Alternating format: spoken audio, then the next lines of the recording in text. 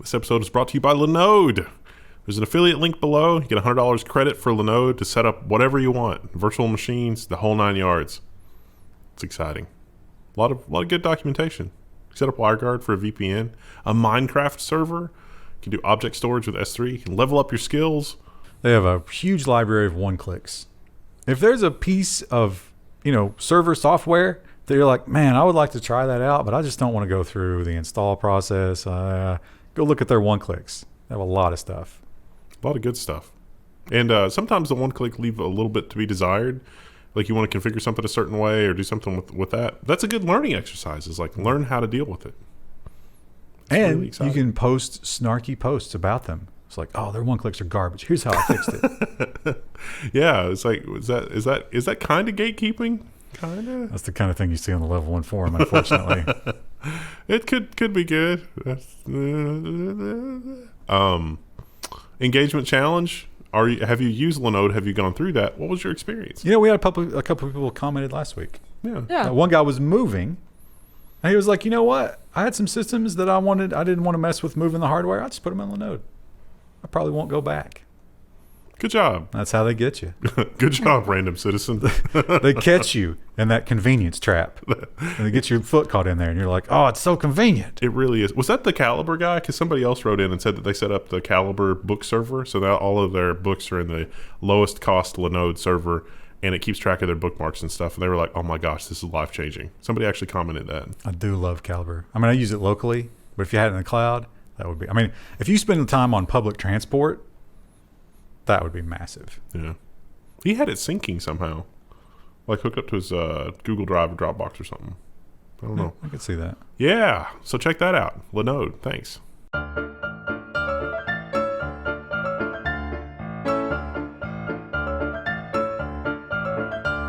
Hello, everybody. Happy Friday. Today is May 28th, and today we're doing security and nonsense. Well, Amazon... they are reading the tea leaves, I think. I think secretly they would love to continue doing this, and maybe secretly they are continuing to do this. But the public face of it, they know what the mood of the country is, and they know they can't get away with it yet. Reuters says that Amazon has extended the moratorium on police use of facial recognition software with their Ring surveillance dragnet. The idea here is to boil the frog. They hope that everyone will get the Ring and other surveillance devices from Amazon, and then they can just flip a switch, and all of a sudden we have this amazing police surveillance dragnet. Whereas, if you deploy these devices and immediately make them available for law enforcement, people might say, oh, I shouldn't buy that because it's going to be used for wrong purposes. And you can't count on the police to wait. Like... if they can use it on a case, they will immediately. Yes. Which will spoil the fun. But if you wait and all the cases start at the same time, then it's too late. Yeah. What are you going to do? Throw out all those cases? You let those people back on the street, those criminals? Well, criminals. And the Colonial Pipeline, we know more and more about the perpetrators of that event. They paid the ransom. Yeah. A lot of people paid the ransom. Turns out these guys were really good at this. Hackers behind Colonial Pipeline attack reportedly received $90 million in Bitcoin before shutting down. Good Lord. They rebranded. They didn't really shut down. They just rebranded. That's a lot. Now, the FBI did get into their stuff and took away their servers, and I think they got a hold of their wallets, too. But the $90 million wasn't there anymore. So, a great return on investment for those gentlemen. I mean, there might be some girls there, but that's more rare. And they are not the only company to get ransomware. This one, I mean, the gasoline affects us in an immediate, visceral way. But this one is maybe more terrifying, don't you think? Yeah, a little bit. CNA Financial, they paid a $40 million ransom because they were in for months and months and months. They had lost complete control of their infrastructure. They had no choice. That's our money. Not my money. And ransomware, you might be thinking, especially if you run a big company, ransomware has to keep you up at night, right? It's way up there, maybe in like the top 10 things you're terrified of right now. But what if ransomware isn't the threat? What if ransomware is the Trojan? It's a crazy world, and we're living in it. Microsoft warns of a malware campaign spreading a remote access tool masquerading as ransomware. So the idea here is actually to exfiltrate information because there's value to that. Running as a, what would you call it, a ransomware subterfuge campaign, maybe? Maybe be the best way to describe it. What it does is hilarious. It renames your files and puts the ransomware extension on the end of them, but it doesn't encrypt them. It just renames them. So if you don't know any better, which, okay, the top 20 companies by revenue, just the not the IT guys, but just the top corporate structure, how many would know the difference? How many would know to test Almost that? None. I would say 0. Yeah. So what they're really doing is spying. I'm sure the government could learn from this. Here's the more important question. What do these two horses playing accordions have to do with security? It's sitting here staring at that, thinking the same thing. No, maybe that is it. Yeah. That would be a huge distraction, wouldn't it? Yeah. If I saw horses playing accordions. A horse's accordion, of course. Mr. Ed never played the accordion. He flew a plane, which was impressive. Wi-Fi cameras in your home. Good idea? No. Have you not watched this program before? How many times do you have to be warned? Eufycam Wi-Fi security cameras streamed video feeds from other people's homes. Now they claim it was 0.0001%, I think. Yeah. 2 zeros. I don't know what they're basing that on. But people certainly took to Twitter. And you could be affected if you're in the US, New Zealand, Australia, Cuba, Mexico, Brazil, Argentina. That's a lot of places. Why would this fail in this way? They pushed an update. I know, but it's like we've built a bridge and occasionally the bridge will just eat cars. Like, how is this even... Why did...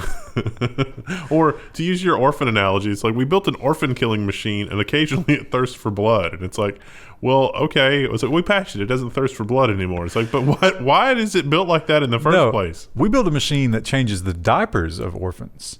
But 0.001% of the time, it kills them. Why was it designed in such a way that it could fail like that? Imagine you're the guy that wrote that update or wrote the part of the update that offends, and you come in the next morning and you see your email. Ooh. Yeah. Yikes.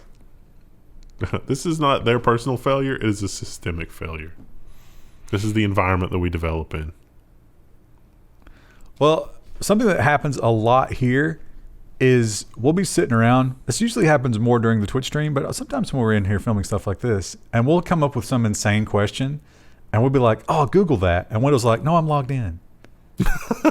Don't do that. Because, yeah, you poison your... Oh, wow, Chris, to say that again, we got none of it. Oh, I said he doesn't want it on his history. Yeah. Yeah, like one time we were looking for... I can't remember why we were looking for leggings. And that completely changed. Yeah. And from then on, we got so many legging advertisements. I still get high heel ads.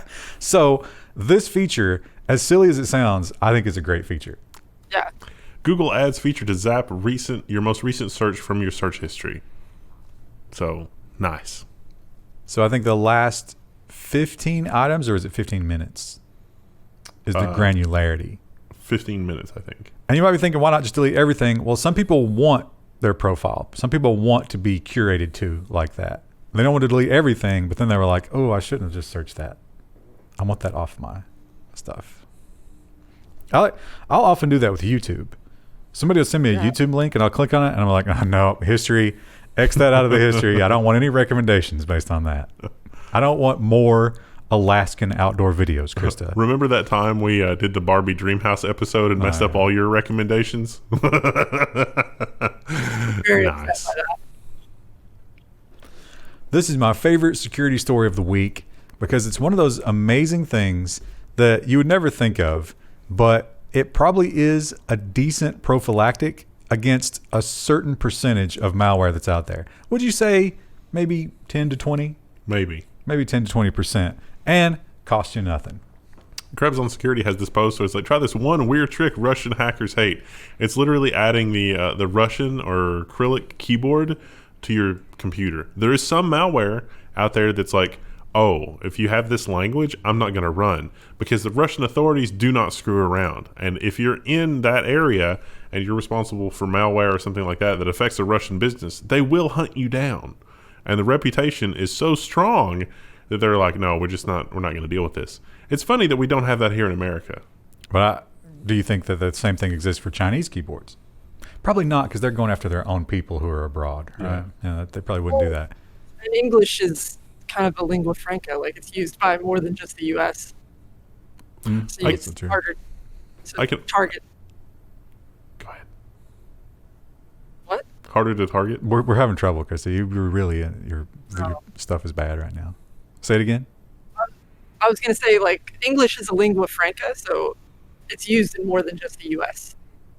So it's harder to target.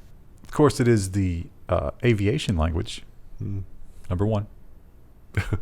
I seem to remember some malware that targeted people that only had Chinese keyboards. Like they were looking for somebody. Again, they're going after the diaspora because they are threatened by those people. We covered this like 3 weeks ago. But the thing about it is, one more thing about the keyboard, watch out, because eventually somebody's going to figure this out and they're going to make a Russian keyboard that's going to become like number one on the App Store and the Play Store, and it's going to have malware in it. Yeah. Because they'll know that people are trying to do that. And that's a juicy target because it's a target that knows enough about security to care, so it's probably a good target. Yeah, Audacity. Did we talk about this when they did it, probably? Or when they announced it? Yes. Yeah, and they walked it back. As you can imagine, people not happy. Audacity is one of those pieces of software that at least I think of as like the free and open source. Yeah. Like, these are the good guys. Why would they do this? Audacity bows to public pressure and says it will not collect telemetry data from users. Turns out, if you're willing to put yourself through the pain, agony, and suffering of using a half-finished operating system, you probably care about those things because that's why you're suffering. That's a good way of putting it. There's a Windows Audacity, though. Right. You know, people are going to say that's a half-finished operating system, too. Yeah. I get it. Now, let's say that I tell you Alexa spies on you.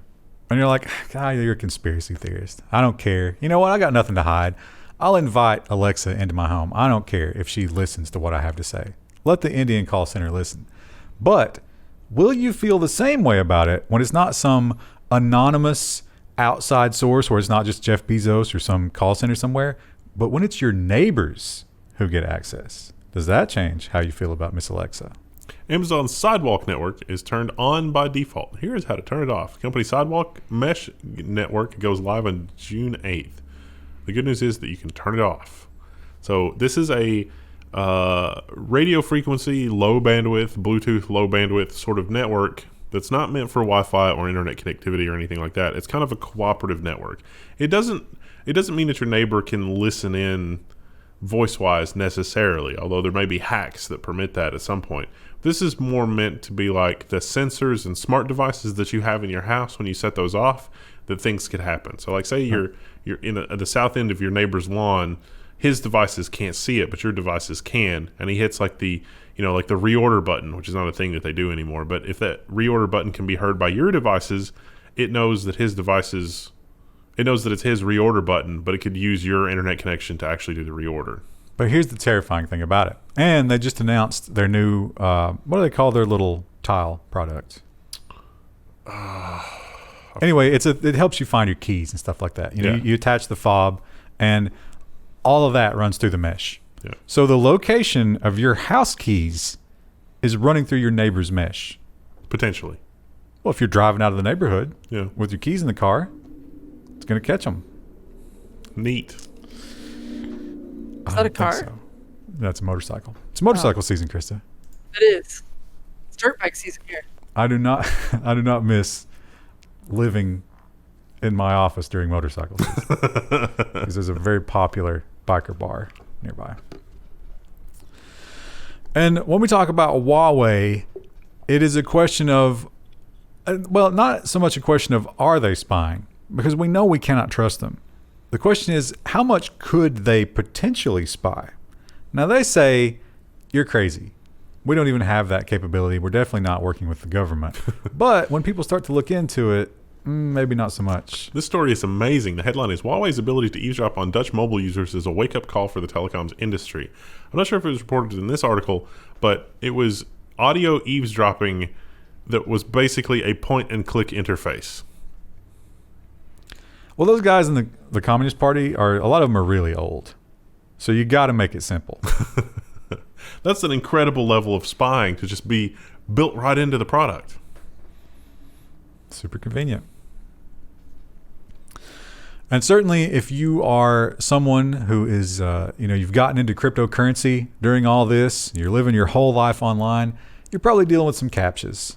It's an unpleasant part of our reality. Although in most cases, almost everybody's gone multi-factor instead in my world.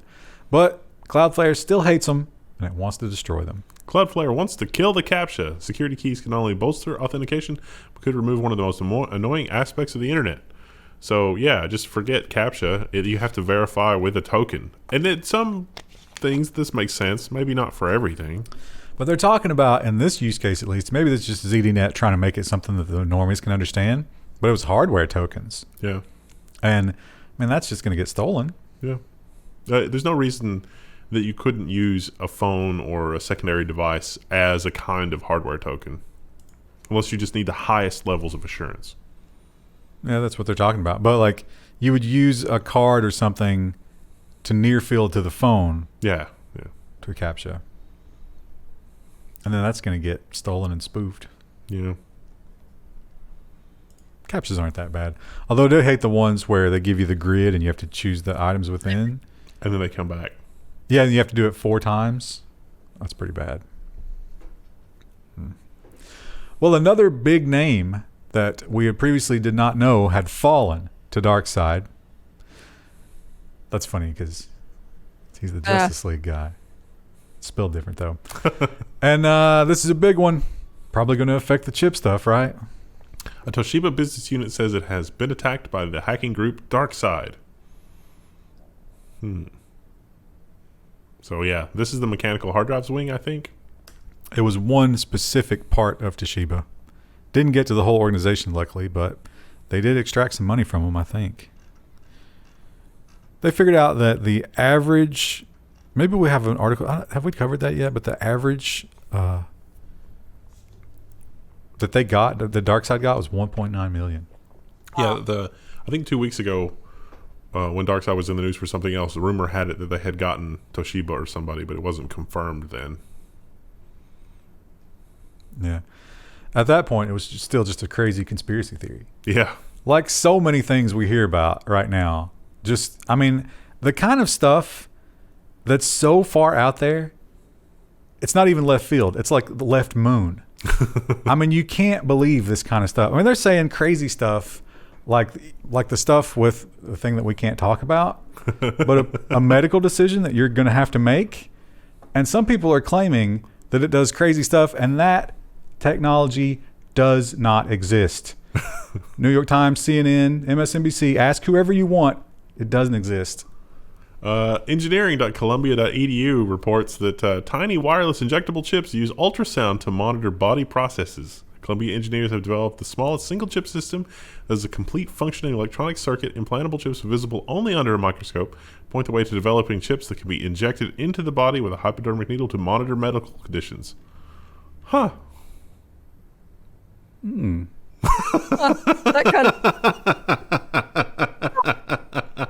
Sleep tight, everybody. Now, you might be thinking, yeah, but how do they power that? Well, the ultrasound provides the power. So once the chip is in you, if you are near a strong enough ultrasound field, they can pull the data. Neat. That's not neat. That's terrifying. At least it's not a radio transmitter that's on all the time. Yet. Or polonium or something. That's a different use case. This is, we've talked a lot about fingerprinting, browser fingerprinting, and it's a terrible, terrible thing. Now, if you do a lot of zooming, you may notice that when you click on a Zoom link, sometimes your browser, if you have Zoom installed, will pop up a little thing. It'll say, hey, do you want to launch Zoom? But if you don't have Zoom installed, you don't see that, which means that Zoom is able to ask your browser, is Zoom installed, and get a yes or no answer. Well, guess what? That's a security risk.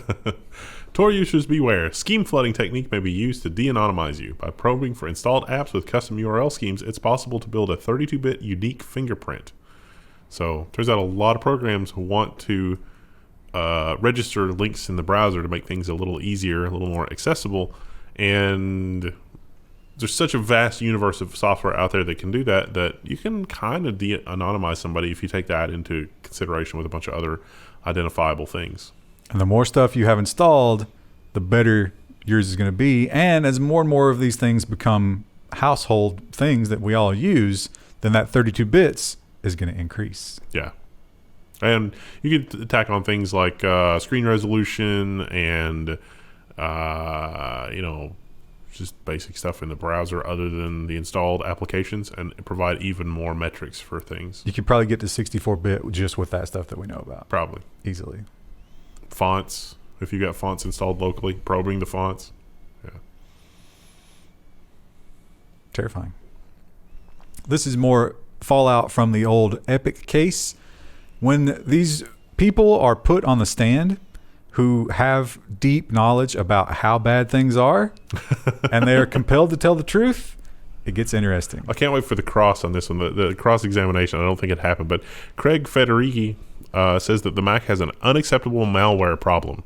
The context for this heading, though, is really important. The context for this, what he's saying, is he's saying that, no, the iPad and the iPhone are great. They are bastions of user security, and Apple can do no wrong in that. But with the Mac, on the Mac side, we've had to put so much work and engineering into the firewall and dealing with software and blah, blah, blah. It's so much easier to just lock users out from being able to run anything rather than actually architect a secure platform or a secure operating system or proper privilege escalation. It's just easier to lock the users out. And that's where they're heading with the Mac. And if you don't believe me, the testimony is in the case to support that supposition. Does anybody think that they're not dying to have the App Store on the Mac? The people in our comments every time that we mention that. Well, yeah. Come on. Now, we've talked about this before. I don't think it was necessarily, it couldn't have been a cicada year for us because it's 17 years. This affects other kinds of insects, though, and it is particularly terrifying. And I want you to think about this. When the cicadas are like thick, they'll bump up against you. Like they're just swarming around, bouncing into you. And think about what they might be leaving on your body and clothing. When you just take one to the face, it might be this. Fungus is pushing cicada sex into hyperdrive and then leaving them dismembered. Ew. It's already disgusting enough. Yeah. So this is the fungus.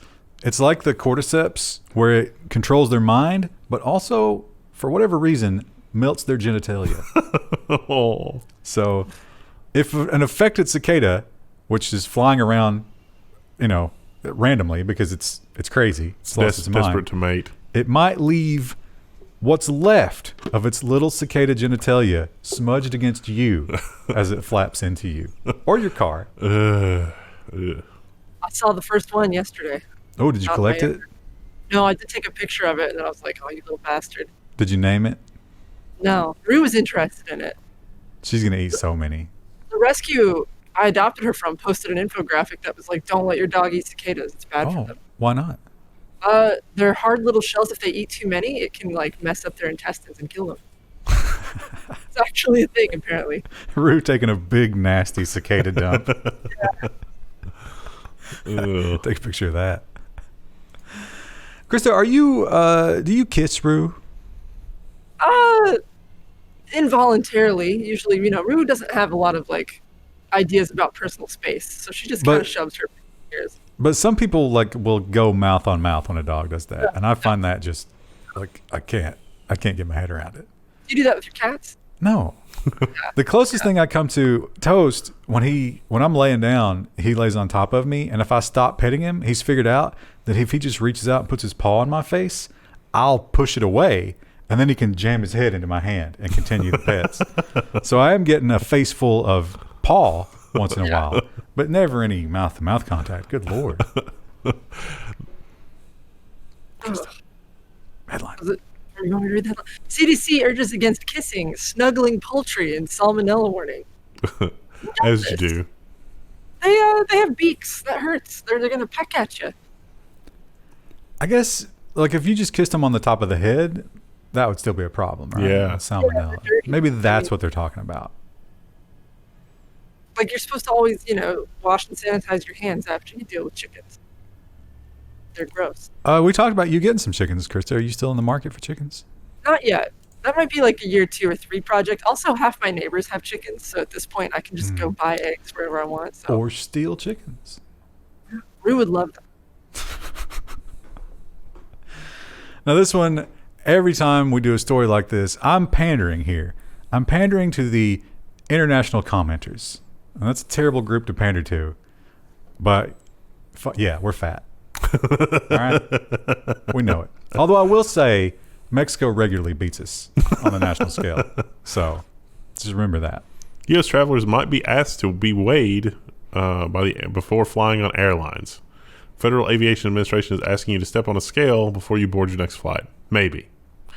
That's because we've had a few near misses because they try to estimate exactly how much fuel an airplane is going to need because of that whole thing like 10 years ago. It's like, you don't need that much fuel to go here. You need this much fuel. So, but you need to know the weight and the wind in order to calculate how much fuel you need. Now, previously, the U.S. average was apparently 190, which when you consider girls, that's kind of high. But now, it's even higher. Wow. And they're trying to figure out what the new average is with this program. 40% of American adults are overweight and 20% of children. I thought it was way higher than that. Not according to this. It should be way higher than that. Air travelers is probably way higher than that. We're doing good. Poor people don't ever travel by air, so we don't want to consider them in the averages either. Well, they've got Spirit now, so they can travel. They can suffer while they travel. This one is, it's the old Noam Chomsky language stuff. It seems like it's not a big deal. It's a big deal. This never stops, and it never will. Penn State to remove the terms sophomore and freshman from course descriptions. I guess that means that sophomoric humor has been outlawed on the Level 1 news program. Is sophomore gender-based? I was trying to figure that out. I was like, am I just stupid? What am I missing here? Is that based on sophos? I didn't think it was gender. I thought it was sophomoric. But why is that bad? Because it's sophomoric. But that just means that it's not like... It's not mature. It's youthful. Yeah. But are sophomores mature? Being mature is it's a negative connotation. Well, they mentioned they're changing all like the pronouns and stuff to they, them, theirs, and whatever. But like, is sophomore, does that convey gender? I can see maybe the argument for freshman because it has the word man in it. But look at their argument. They want to move away from a typically male-centered world. And what about sophomore? I don't know what Yeah, that's what I'm trying to figure out. Is it sophos? Is that the origin of that? Is it a female gendered word?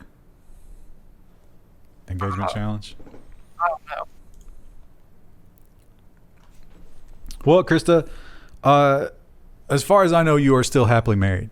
Yes. It hasn't been very long, though. 2 years. Do you feel like you are still in the honeymoon phase? Not really. Settled. When did that end? How long did it last? Right up until the thing we can't talk about yet. No. Okay. Was it maybe like just spending a little too much time with each other during all that? Yeah. We're not we don't argue or anything like that, but just the shine gets taken off when you see each other every day in your pajamas working. I guess so. And in China, they have a similar thought, except it's kind of on the other end of the phase. Divorces fall 70% in China after government orders couples to cool off. So you have to wait. You file for divorce, and then you have to wait a month. And at the end of the month, you have to go back. Both of you have to go back and be like, no, we still are serious about this. If one of you backs out, it's off. And it's had a huge effect. Wait, so one person can be like, I don't want to divorce, and then hold the other person hostage? I guess, yeah. Well, that kind of sucks for people people in abusive relationships, doesn't it? And in fact, Krista, they report that overwhelmingly it is the woman who initiates a divorce in China. So it may be, rather than cooling them off, they've simply removed the women's ability to leave a marriage they don't want to be in. But I don't know. In theory, it's not a bad idea, but then when you think about, like, you know, maybe hopefully they would be edge cases, but like abusive relationships, that's not great. Well, when you say abuse, maybe physical violence would be an edge case, but emotional and verbal, probably not. Yeah. I don't know. Engagement challenge. Is anybody in a Chinese marriage? Now, these stories, I know that some people will accuse me of being toxic and male and white supremacist, but these Indian politicians, I never am not shocked at how insane they are. Now, here's the question. Do you think they believe it, or are they just pandering to what they know is their base? Probably pandering. Okay.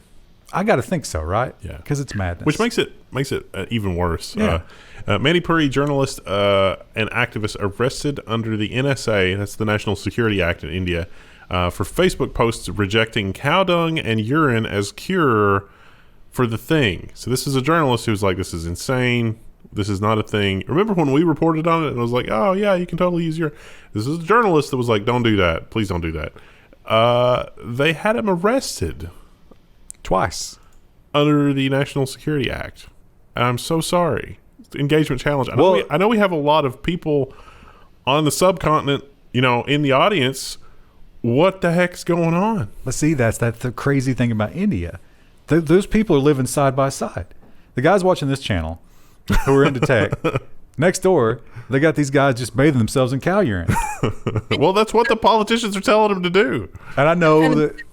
Though, like, we have it too. I know. I realize that. We have it too because our politicians are like, come storm the Capitol and free me. I'm not in another castle. But so far, we have not talked about any defecation of animals being used.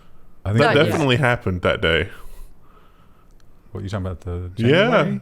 Yeah. In animals? In the U.S. Capitol. No, the people, they left poop in places that it doesn't belong. No, but I mean, they weren't trying to cure diseases with it. Oh, yeah, no. Yeah. No, I totally believe that they, I mean, but the bathrooms were probably overwhelmed that day, right? There's no janitorial staff. What's happening?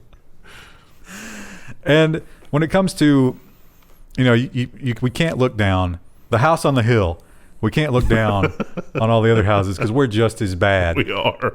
But our politicians, one thing about it, once we figure out that they're stealing, we do try to do something about it. Sometimes. We don't get all like easy on them. Well, maybe we do a little bit. The more I talk about it, you know what? It's all the same. Spain moves to corruption rehabilitation for officials who just can't stop stealing. So Spain is kind of treating it like kleptomania. It's like there was a bunch of politicians that got in trouble for taking bribes, and then there was an investigation, and they're like, all right, you need to stop doing that. And they're like, all right, we're going to do that. So then they had an undercover bribe, and it's like, you really have to stop doing that. And then they had another undercover bribe, and it's like, what are you doing keeping taking the bribe? And they're like, I can't help it. It's a compulsion. And so it is being treated like a compulsion. Wow, that's awful generous, isn't it? Yeah, it really is, because why would you not just imprison them? But apparently they don't want to do that. I'm sure they imprison people for other things, much less dangerous things. Now, this is definitely, I checked the date. This is May 14th, 2021. But I remember a story almost exactly like this. Yeah. I don't know. There wasn't any details here, so I'm just going to fill in the details from that story for this one. It seems like exactly the same thing. But also, it seems like this was a programming mistake. Yes. And I'm not sure that I would count that as a crime. Well, maybe. I mean... Engagement challenge. Man who used the KFC glitch to order 6,500 pounds worth of chicken for free jailed in China. Between the gang, they sold a combined total of 15,500 pounds worth of free takeaway food before they were caught and jailed for their crimes. So this is one of those things where the order kiosk is like you order a meal and then you can take some things away from the meal and you get a little bit of a price break. And it turns out that different combinations of adding things add up to a price that's basically zero. Well, I think this is a little bit different than that. That's the one they did to McDonald's. Yeah. I think this was, they had a mobile app and maybe a desktop app. and he figured out that because they are separate, the coupon doesn't count. And if you keep rotating back and forth, it keeps working. And he shared this information. That was what killed him. Listen, if you've got some kind of grift and it's working amazingly and everything is going great, the last thing you want to do is tell anybody about it. See also cryptocurrency. Yeah, you gotta keep that to yourself. But not only did he share it, he started reselling the food. Yeah. So he really pushed his luck here. Yeah.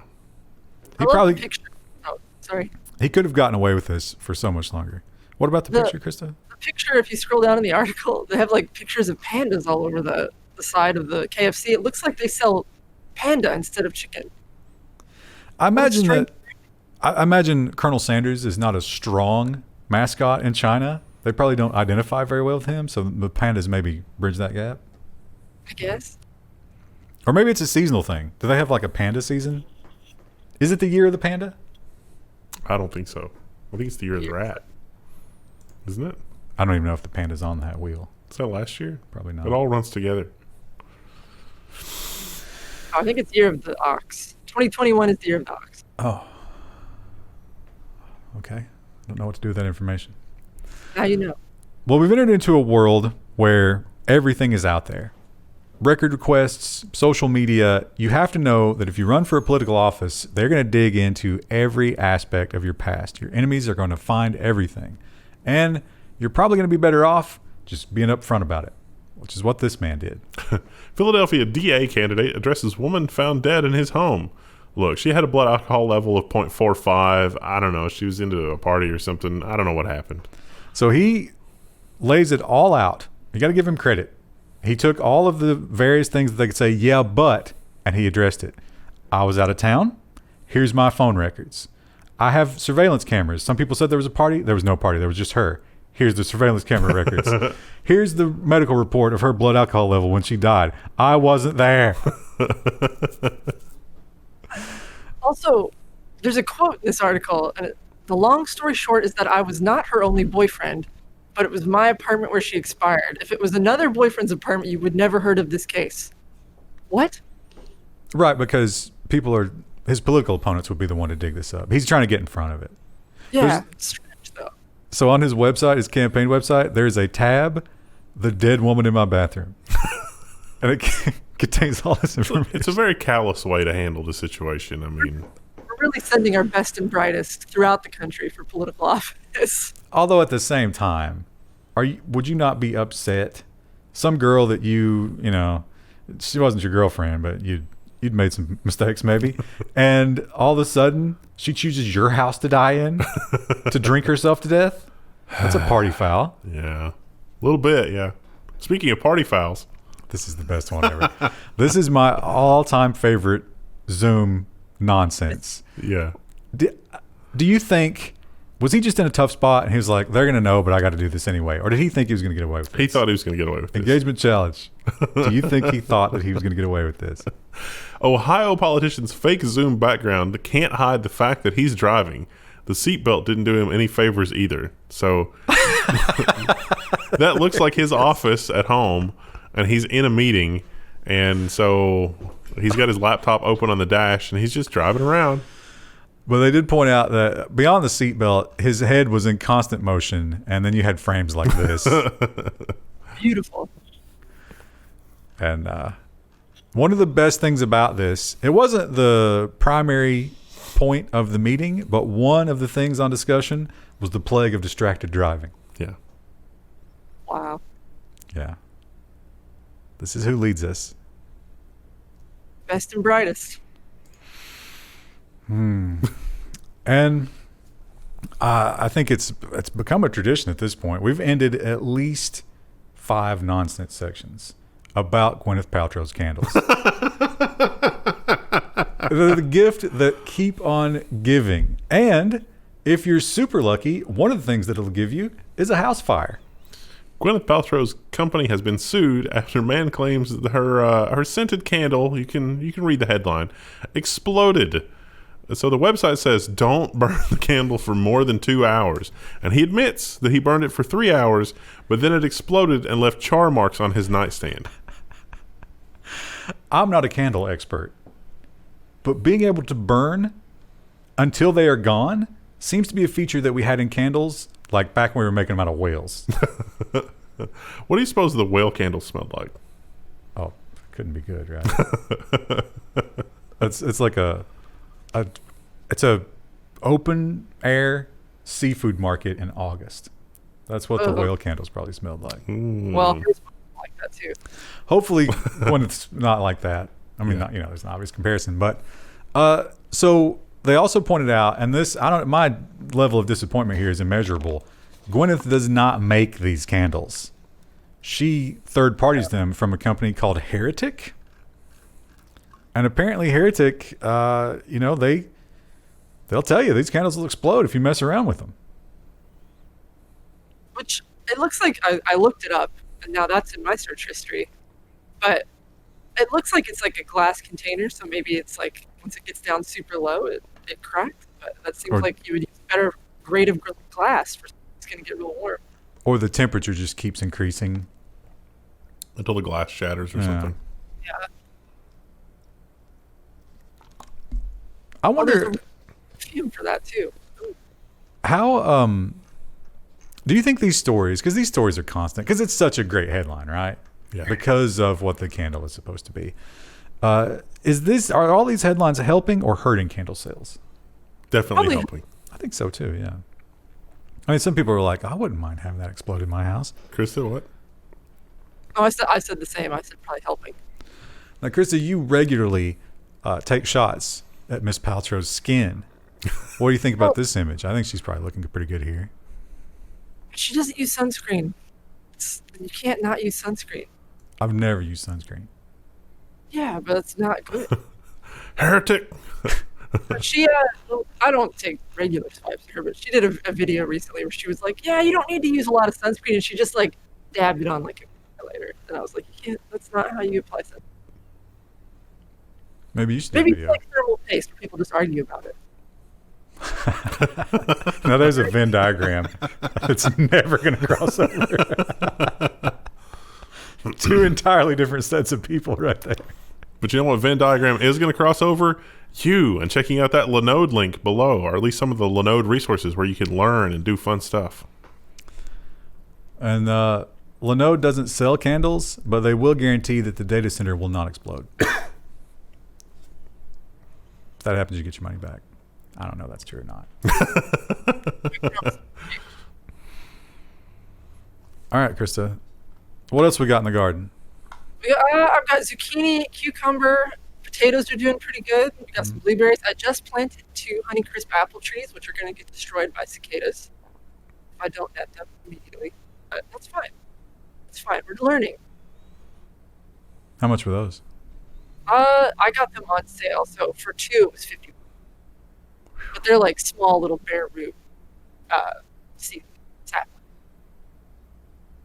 All right, well, I'll see you next week. Bye.